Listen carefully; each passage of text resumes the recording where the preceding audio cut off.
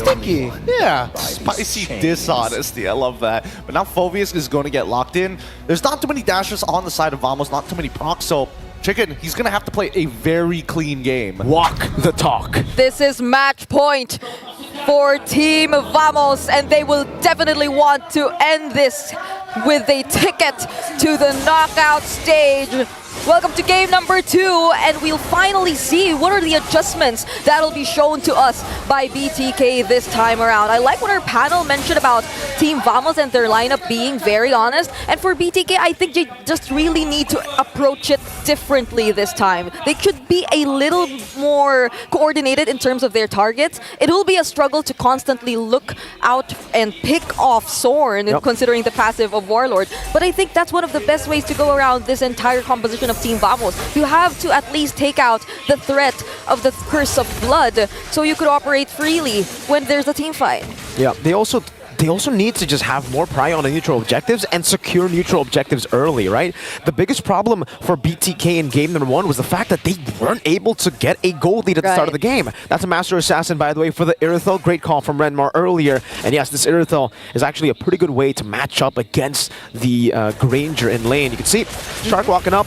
Nets will purify out. But man, that's a lot of damage. Concussive Blast from Shark. Doing a lot. Nets has regen though, should still be safe. Could we say right now that BTK have realized now we don't want to really fight the mid duos as much anymore. We want to rotate a little bit more towards the side lanes so we can split up or spread out the attention, because it seemed like it worked well for Team Vamos when they were able to like just tell the members of BTK to, now let's just fight constantly here in the mid lane and let our side lanes do their own thing, because it didn't work well earlier for Team Vamos. So now it seems like BTK, they're clearly showing us some adjustments here in the early game. Okay, Shark will be clearing out the mid lane. Warlord level 4 on a signature pick, at least back when he was an MDL RQ Senna. Shark trying to deal with Warlord here. Baits out the Bat Feast. It will be a stun over to MOBA Zane. Chibi looking for a Spear of Alpha defensively. They've conceded it over. Chibi wins it out. Eternal Guard not connecting. White Chicken goes for the procs. And again, it's Vamos who secure the first turtle of the game. BTK pushed back to their own jungle. And Sorn was the only one who zoned out MOBA Zane. Like, he was enough just so MOBA Zane couldn't actually penetrate that turtle pit. And we might just be able to pose the question of, wait, all right, Nets will be able to survive that, but he will have to purify it a bit. And going back, could this really be the way to go for BTK? I mean, we know that they constantly play around MOBA Zane, but you just lose a bit of attention towards MOBA Zane and how secure his farming is. These things happen. Deathly grabs to save him a bit, but Shark with a counter set up. Yep, with the way the Dragon, but it gets pulled back. Now Zane is caught in the midst of it all. The Curse of Blood connects onto 3. Chicken the bouncing damage. He goes in for the Infernal Pursuit, but Warlord shows exactly why he is named a Warlord. He goes in and gets 2 kills at the start. That is so unfortunate. Just when BTK attempted to commit it all, the Curse of Blood, the Battle Impact, everything was ready from Team Vamos. And not to mention how Chibi nearly goes unnoticed whenever there's a team fight. There's so much attention on denying all those potential setups here from Team Vamos.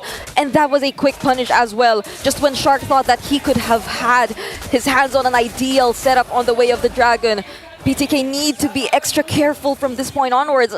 I don't think it's nice to see them kind of be affected by the pressure. They're definitely affected by the pressure here. Vamos are so good at playing the mental game on the other hand, right? It's almost like mentality.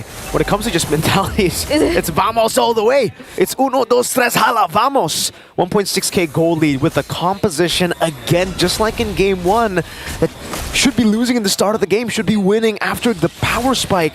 And Bloodthirsty Kings now, they're going to have to be very, very careful, like you said, but I think careful isn't really the word that they need to utilize now. Like, the word and the action that they need to utilize isn't careful. They got to go and fight. They got to go and take the gold lead back, because if they don't, Vamos are just going to steamroll through BTK. Yeah, and I mean, they can do it as much as they want, right? Their lineup right now, it's so chaotic. We haven't even seen Nets participate in the team fights as much, but Shark definitely looking for his own target, but Warlord again keeps himself safe. And look at just how they're able to manage all the threats coming in from Shark and also securing the turtle while they're at it. Shark is down. The Spear of Alpha from MLBB was used defensively, and you can see the crowd go, wow, no! A pullback! What happened to whose HP bar? Curse of Blood onto 2. Zor with a petrifying Warlord pulls him back. Now Nets is gunning them down, forcing Zane to use the Spear of Alpha defensively again. Chibi in the back, going for the stun. Now off the Zia, forcing to flicker out. MOBA Zane unable to dish out damage. Chicken's running smooth down, and now he goes in front of Pursuit. Will be able to find a kill, but a turret in the mid lane will fall, and Vamos takes it on. Chicken getting zoned away. Warlord, 5 minutes in, doing this much damage already. A mid lane turret in 5 minutes. That's how focused Team Vamos were in the mid rotations and the mid duos here of Bloodthirsty Kings, and it seemed like they denied them so much, even of their own intentions of wanting to rotate out of the mid lane, because they had to constantly defend the pressure that was being put towards the mid lane. But right now, Nets might just be a target. There's a Purify as well, and he will make it out alive, not unless...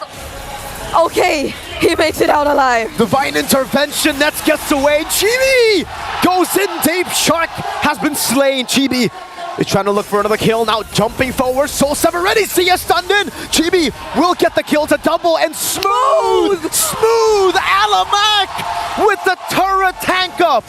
7-1 is the kill score you're seeing right now.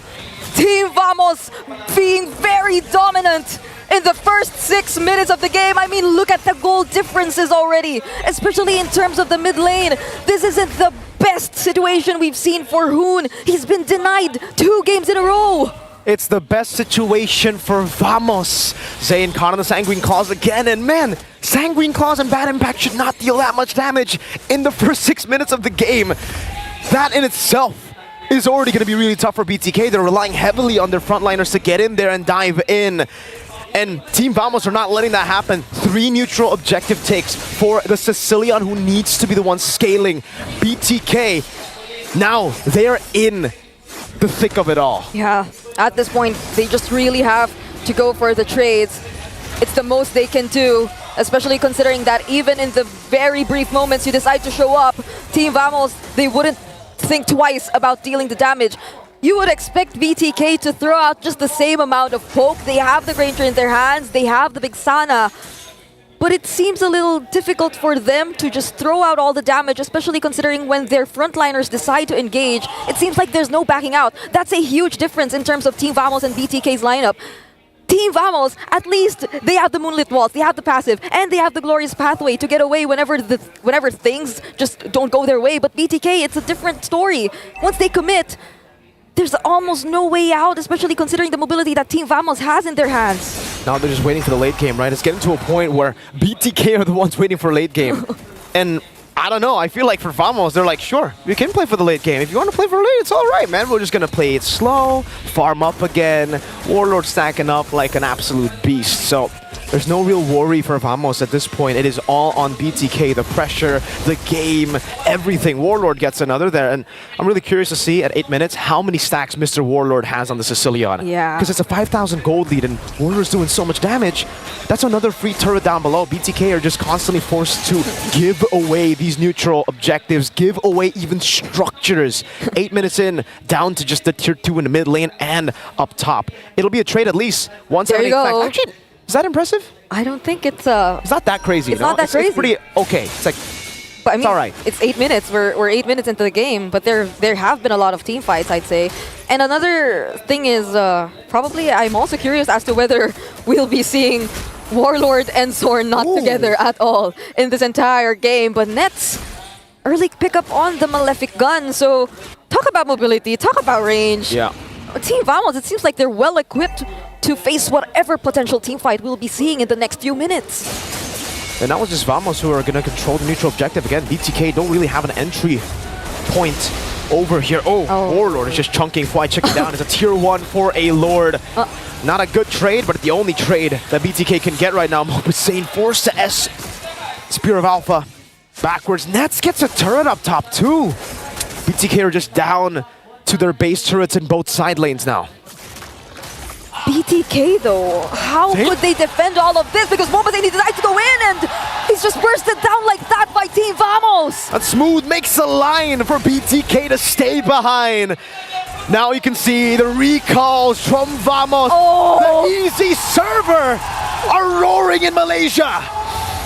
They actually formed the V in Vamos before they spammed all those recalls.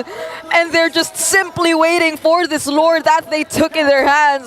The lane equilibrium isn't that great, so BTK, they might find some ways to deal with this, but I don't know.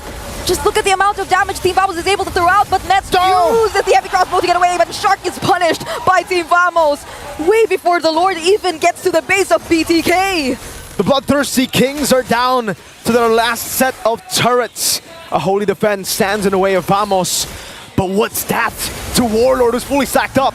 Smooth goes in, revitalize as well. Zone in the back line now. That's going to be Smooth taking a lot of hits. The Lord will be able to get into the vicinity of the turret. Zia goes in for some clear. Not the fastest of clear. The turret will be taken down in the mid lane, and the bottom lane should follow next. Nets heavy crossbow to take it down, and Vamos say, we're good, we're happy. Now we will prolong your suffering. And that's a great showing of discipline from Team Vamos, because BTK clearly, they were ready to go. They were ready to look for a target. That was a concealed play used by Shark, who currently is standing on a 0-3, and that is not a great sign, especially if you aren't able to get the necessary trades out of it. So we're looking at an 8k gold lead in favor of Team Vamos, which is all the more reason for them to just hold on to this lead. They don't need to do anything crazy.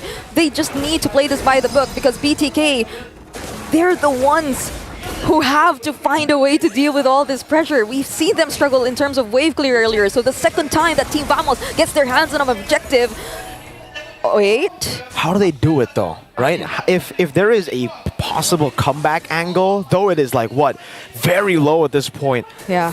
What do they have to do to make that happen? I don't know. Vamos, they just look too clean, and their composition with a lead like this looks a bit too impossible to make even a mistake happen, you know? Yeah, even if Shark decides to go for a pickoff, like, Zia would probably have enough damage by now, but that doesn't entirely mean that you would get the upper hand in terms of the team fight. You would still waste resources just to take a single pickoff against Team Vamos.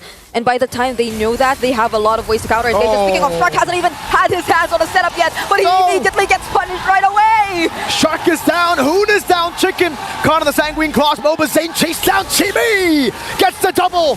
Now it's MOBA Zane who's caught again, has a Spear of Alpha to walk away. They want to go for the end. Zia dashing backwards, BTK on the brink of elimination! Uno, dos, tres, vamos, say adios to BTK!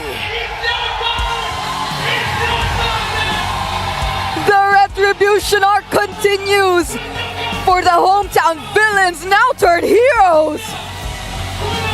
Vamos indeed for Team Vamos!